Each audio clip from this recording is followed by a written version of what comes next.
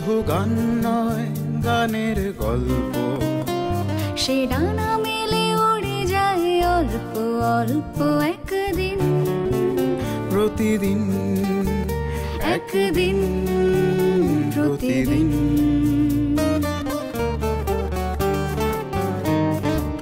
কেন সে গান গায় সে কথা অজানা, সে সর সন্ধির সন্ধিতে নিশানা।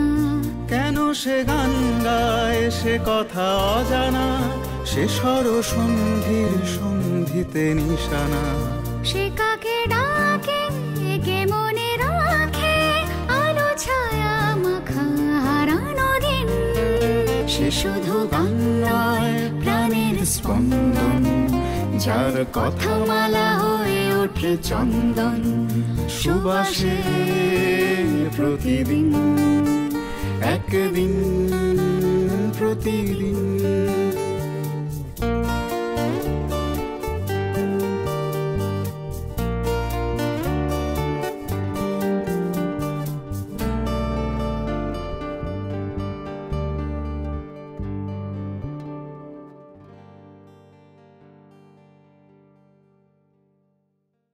আচ্ছা ধরো অনুপ্রাণিত হওয়া গান যদি বলি বা হয়ে ওঠা গান, একেবারে আধুনিক গানের কথা বলছি আমরা, মৌলিক আধুনিক গান।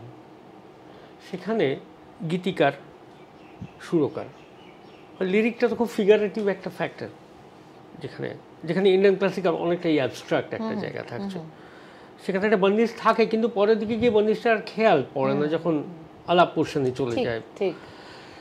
কিন্তু যদি আমরা একদম প্লাস প্লাস করে বলি যে গীতিকার, সুরকার এবং মিউজিক অ্যারেঞ্জমেন্ট, এই তিনটে মিলে, মিউজিক অ্যারেঞ্জমেন্টের মধ্যে অবভিয়াসলি অ্যারেঞ্জার, শব্দযন্ত্রী, যারা মিউজিশিয়ানস রয়েছেন, প্লাস সাউন্ড রেকর্ডিস্ট, আমি প্রত্যেকের কন্ট্রিবিউশন নিয়ে বলছি। মানে সব মিলে একটা ব্লেন্ড তো হচ্ছে। এবার এইটা যখন তোমার কাছে যাচ্ছে, একজন গায়ক বা গায়িকার কাছে যাচ্ছে, তুমি তো তখন গানটাকে চেজ করছো, গানটার মুখোমুখি দাঁড়াচ্ছ এসে। কালকে তোমার একটা এরকম কম্পোজিশন দেওয়া হলো, তুমি গানটার মুখোমুখি দাঁড়ালে, গানটাকে চেজ করলে, সেই গানের লিরিক্সকে ধরো সুর হয়ে গেল, সুরে গাইতে পারো, সুর হয়ে গেল, তাল হয়ে গেল। এবার ওভারঅল সেই লিরিকটাকে নিয়ে সেই গানটাকে জাস্টিস করা, এইটাকে তুমি কিভাবে, এর একটা এক্সপ্লেনেশন যদি চাওয়া হয়, কারণ এর খুব কমই আমরা এটার একটা পাই আর কি, কি বলবো, এটার একটা ব্যাখ্যা খুব কম পাওয়া যায়। কারণ এই প্রশ্নটা বারবার মনের মধ্যে জাগে যে একজন যিনি গাইছেন সে গানটাকে দেখতে পাচ্ছেন, গানটাকে চেজ করছে, গানটাকে ধরবো, আমি এবার গানটাকে ধরবো, গানটার সামনাসামনি দাঁড়াবো। বেশ, আমি সবার আগে যেটা বলবো সেটা হচ্ছে যে আমাকে সবার আগে যেটা ভীষণভাবে ইদানিং, আমি এখনকার আমার এই সময় দাঁড়িয়ে থাকা, আমি যে চেঞ্জ করছি সেই জায়গা থেকে যদি ভাবি, তাহলে আমাকে সবার আগে যেটা ভীষণভাবে নাড়া দেয় বা সবার আগে আমাকে যেটা নজর কাড়ে সেটা কিন্তু লিরিক। এবং সেই লিরিকটা আমি কিভাবে উচ্চারণ করব, আমার পার্সোনালিটি, আমার গায়কী, আমার সীমাবদ্ধতা, আমি এই শব্দটাও খুব জোরালোভাবে ইউজ করতে চাই। কারণ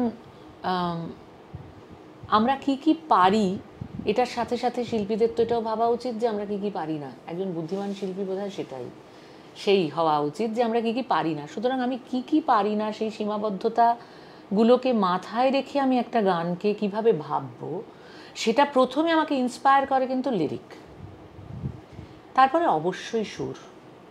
কিন্তু খুব ইম্পর্ট্যান্ট ফ্যাক্টর আমার যেটা মনে হয় সেটা হচ্ছে মিউজিক অ্যারেঞ্জমেন্ট। কারণ মিউজিক অ্যারেঞ্জমেন্ট আমাকে এটা বলতে শেখায় আমি একটা গানকে কি করে বলবো, কারণ আমি কোথায় দম নিচ্ছি, কোথায় অব্লিগেটো লাইনস ঢুকছে, কোথায় একটা স্থায়ী শেষ হচ্ছে, সেই শেষ হবার পরে যখন M1 বা M2 ঢুকছে, আমি সেই সময় ঠিক কতটুকু দম নিয়ে ছাড়বো, কতটুকুতে আমি একটা শব্দকে শেষ করব, এবং সেটার আমি কীরকম ছবি দেখব, এটা কিন্তু আমাকে মিউজিক অ্যারেঞ্জমেন্ট ডিকটেট করে। তো এই প্রত্যেকটা বিষয় কিন্তু আমার গায়কিটাকে রুল করতে থাকে। ইনিশিয়ালি আমার, যদিও আমি নিজে পার্সোনালি বলবো যে আমার একটু গান তুলে গাইতে সময় লাগে, মানে রেকর্ডিং স্টুডিওতেও আমার একটু সময় লাগে, এবং চট করে আমি স্টুডিওতে গিয়ে একটা গান শুনে ফেললাম এবং আমি শুনে গেয়ে ফেললাম, এটা আমি পারি না, আমি অপারগ, আমি ক্ষমা চাইছি, কিন্তু আমি এটা সত্যিই পারি না, আমার গানের ভেতর ঢুকতে এটা শুনে খুব ফোয়াস্তি হলো আমার নিজের পার্সোনালি। আমাকে গান আগে পাঠাতে হয়, আমার ট্যান্ট্রাম আছে এই ব্যাপারে, যদি কেউ মনে করেন ট্যান্ট্রাম তাহলে তাই, আর যদি মনে করে এটা আমার অপারগতা তাহলে একেবারে তাই, আমি মাথা পেতে নিলাম, কারণ আমি পারি না, যেটা পারি না সত্যি বলে তো লাভ নেই। আমার আগে গান দরকার, সেই গান আমার বাড়িতে প্র্যাকটিস করার দরকার আছে। এবার আমি একরকম করে যাচ্ছি উইদাউট অ্যারেঞ্জমেন্ট, ওখানে গিয়ে আমি দেখলাম যে আমি যেগুলো করে এসেছি, যেভাবে একটা গান ছাড়বো বলে ভেবেছি, সেই জায়গাগুলো বদলে যাচ্ছে ডেফিনেটলি।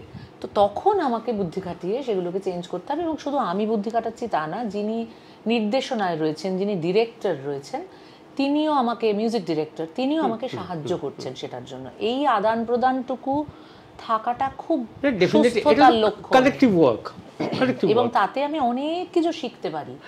আমি প্রত্যেকবার ডাবিং করতে গিয়ে কিছু না কিছু শিখেছি, রাদার আমার উল্টো দিকে কেউ না থাকলে এরকম অনেক কাজ হয় যে গান করে কেউ পাঠিয়ে দিলেন, আমাকে একটা স্টুডিওয়ে গিয়ে গেয়ে দিতে হবে, গেয়ে দেওয়ার পরে সেই গানটা ওকে হয়ে যাবে, বেরিয়ে যাবে।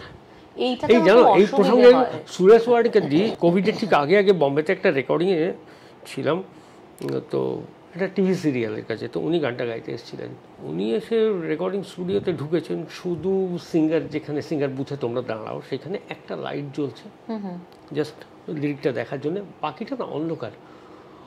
উনি বলছেন এই সিরিয়াল কা নাম কে ভাগো ভূত আয়া, যে একটা ঘোষ স্টোরির মতো একটা অ্যাম্বিয়েন্স হয়ে যাচ্ছে এখন, মানে এটা কিন্তু ডে বাই ডে এটা খুব ডেভেলপ করে। একা একটা মানুষ কি একটা গান গাইতে পারে, মানে খুব কঠিন ব্যাপার তো তার কাছে, ভীষণ কঠিন। মানে এই যে আদান প্রদানের জায়গাটা বন্ধ হয়ে গেলে কিন্তু খুব মুশকিল। আমি যে কারণে সবসময় এটা বলি, সেটা যে পর্যায়েরই, মানে আমি বলছি ধরো এখন একটা এই জেনারেশনের একটা ছেলে হয়তো নতুন কাজ করছে, কি একটা মেয়ে কাজ করছে, যে মিউজিক ডিরেক্টর, যে ভাবছে কাউকে দিয়ে গাওয়াবে, তার কাছে হয়তো আমি একটা বিরাট নাম, কিন্তু আমি সেখানে আমার নাম নিয়ে যাব না, আমাকে যেতে হবে একজন শিক্ষার্থী হিসাবে, কারণ সে কি চাইছে আমাকে সেইটা দিতে হবে। আমার সবার আগে উচিত একজন মিউজিক ডিরেক্টরকে হ্যাপি করতে পারা, স্যাটিসফাই করতে পারা, এবং অবশ্যই সেই স্যাটিসফ্যাকশনের মধ্যে যেন আমারও স্যাটিসফ্যাকশন থাকে। ডেফিনেটলি, ওই নইলে ওই স্পার্কটা তো হবে না, ওই ক্লিক শব্দটা পাবো না। এটার পরেও কি হয় সব সময় বলো, তারপরেও একটা এক্স ফ্যাক্টর থাকে।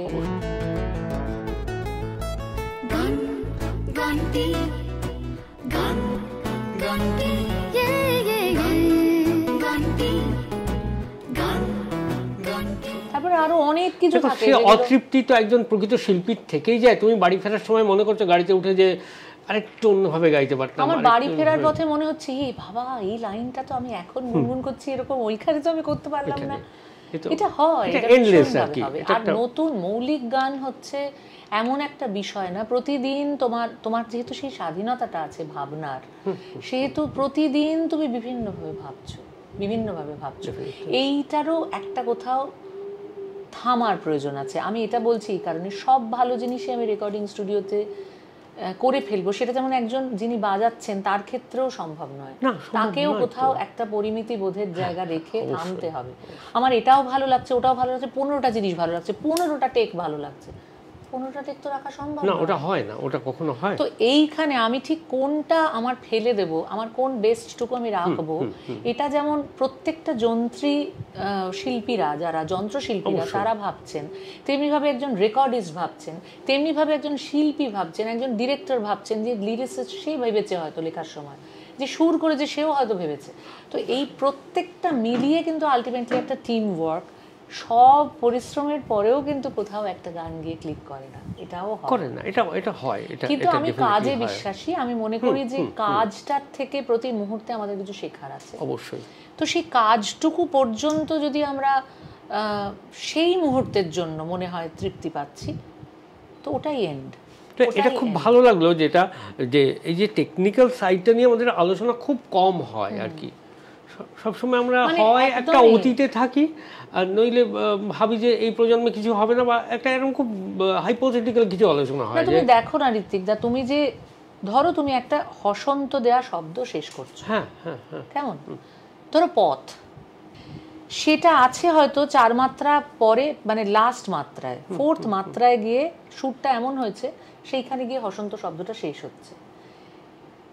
এবার এতক্ষণ দাঁড়িয়ে না থেকে আমার ধরো একটা ফ্লুট পার্ট ঢুকেছে M2-তে, তো আমি যদি ওই পথটা গিয়ে 4 নম্বর মাত্রাতে গিয়ে শেষ করি, তাহলে কিন্তু ওই ফ্লুট পার্টটার প্রতি আমার অবিচার করা হবে। অবিচার হবে।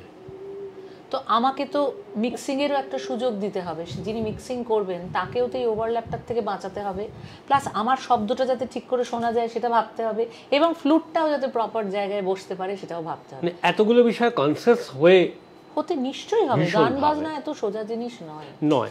ধরো সলিল চৌধুরীর কম্পোজিশন, অবশ্যই একটা গান মনে পড়ছে, ওটা অনেকদিন পরে অরুন্ধতী হোম চৌধুরী ওটাকে ওনারই কণ্ঠে গানটা রেকর্ড হয়। আমি লিরিকটার জন্য বলছি শুধু, যে একটা কোন স্তরের মানুষ এবং তাকে কতটা জাস্টিস করতে হয়। ফাগুনকে ডাকলাম, ফাগুন বলল আসছি, আমি বসন্তে বসন্তে শেষ চিতাকে সাজাচ্ছি। গোলাপকে ডাকলাম, গোলাপ বলল শুনছি, আমি সুগন্ধ থেকে মুক্তি শুধু পাবার দিন গুনছি। তো এই লিরিক কেউ যদি গাইতে যায় তাকে কতটা টেকনিক্যাল সাইড অফ, আমি তার কাব্যগুণ বাদ দিচ্ছি। একদম একদম। এবং কাব্যগুণের দ্বারা তুমি যদি বয়ে যাও, তুমি কিন্তু একটা গানকে জাস্টিস করতে পারবে না। জাস্টিস করতে পারবে না, তাকে তখন সুর মাথায় রেখে, বিট মাথায় রেখে এই গান গাইতে হচ্ছে। বা আর একটা খুব সহজ গান তুমি যদি একটুখানি গাও তাহলে আমাদের প্রত্যেকের খুব বুঝতে সুবিধা হবে। ধরো, কেন বলছি যে গানটা ওভারঅল শুধু গিটার ওরিয়েন্টেশন, যেমন ময়না গো, ধরো ডি মাইনর স্কেলটা নেব, কার কারণে তুমি একলা, কার বিহনে বিহনে দেবানি সেজে উতলা, সে কি ফিরবে না, সে কি ফিরবে না, ফিরবে না আমার ময়না গো। এই যে উইথড্র করলে জায়গাটা, লতাজি ঠিক ওই গিটারের স্ট্রামিংটা শেষ হচ্ছে, কথাটাকে উইথড্র করছেন, এটা করতেই হবে। এই যে লচকটা, এই যে মজাটা, গিটারটা যে বাজছে, এই যে রিদমটা বাজছে, এই নোটেশনের দিকে এটা সেমিকোয়েফার নোট লাগছে আর কি। একদম একদম একদম। এই যে এটা তুমি কি করে লিখবে, কি এইভাবে বোঝানো তো মুশকিল, ভীষণ কঠিন ব্যাপার। এবং প্রপার বিটে ধরো সেটাকে ছাড়া আমি কিছুই পারলাম না গাইতে, একটা জঘন্য কিছু, কিন্তু না ওটা তো মানে জাস্ট আমরা একটা এক্সারসাইজ করছি, এক্সারসাইজ করছি। আমি একদমই নিজেকে বুদ্ধিমতী প্রমাণ করার জন্য এই কথাটা বলছি তা নয়, আমি সমস্ত মিউজিক ফ্রেটার্নিটির প্রত্যেককে সম্মান জানিয়ে এই কথাটা বলতে চাই যে মিউজিক নিয়ে যারা আছেন, মিউজিক চর্চা যারা করছেন, সঙ্গীত চর্চা যারা করছেন, এই জগতে বুদ্ধিমান না হলে এই জগতে আসা উচিত না। সবাই ভাবেন যে যাদের কিছু হয় না তারা বোধহয় গান বাজনার জগতে আসে। এইটা ভীষণ কষ্টের। কষ্ট আগে হতো, এখন খুব হাসি পায়। এখন মনে হয় যে ফিজিক্স কেমিস্ট্রির থেকে এটা কিন্তু কম নয় ব্রাদার, অনেক বেশি, অনেক বেশি, সব অনেক বেশি।